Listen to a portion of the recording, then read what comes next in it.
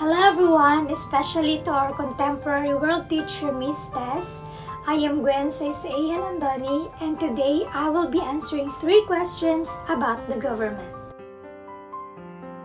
First question. Examine the interaction between the nation-state and international organizations. Which has the greatest impact on the government? The nation-state, as we all know, is about the government's responsibility to the country. It refers to the overall benefit of the country and its people. International organizations, on the other hand, tend to focus on the individual's rights. It is more detailed and more impactful since it really focuses on each individual, which has a greater effect on the government. After all, it depends on which has a greater power than the other.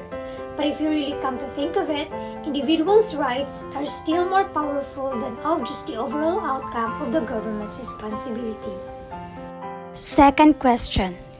Do civil societies and INGOs strengthen or undermine the role of governments in international relations? Why or why? Civil societies and INGOs strengthen the role of the government in internal relations. There were a lot of policies that the government could not afford to implement. But with the help of INGOs and civil societies, they were able to help the country expand and achieve collective functions for the people. It is beneficial for every country's needs, but it is also still risky at some point. If it tends to be limitless and they would not behave well, it will also make not just the government weaken and fall, but also the people and the pride of the country depending on them. Third question. Are civil society and other organizations truly separated from the government's action and policies? In what ways can the state maintain its sovereignty amid globalizations?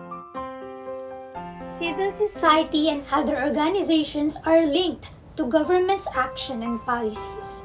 Civil society and other organizations have significant impact to government's action and policies, as well as how government can impact the civil society and other organizations. They should be working together to have a united and progressive country. The state can only maintain its sovereignty amid globalizations by consulting and making the citizens aware of the government's policies.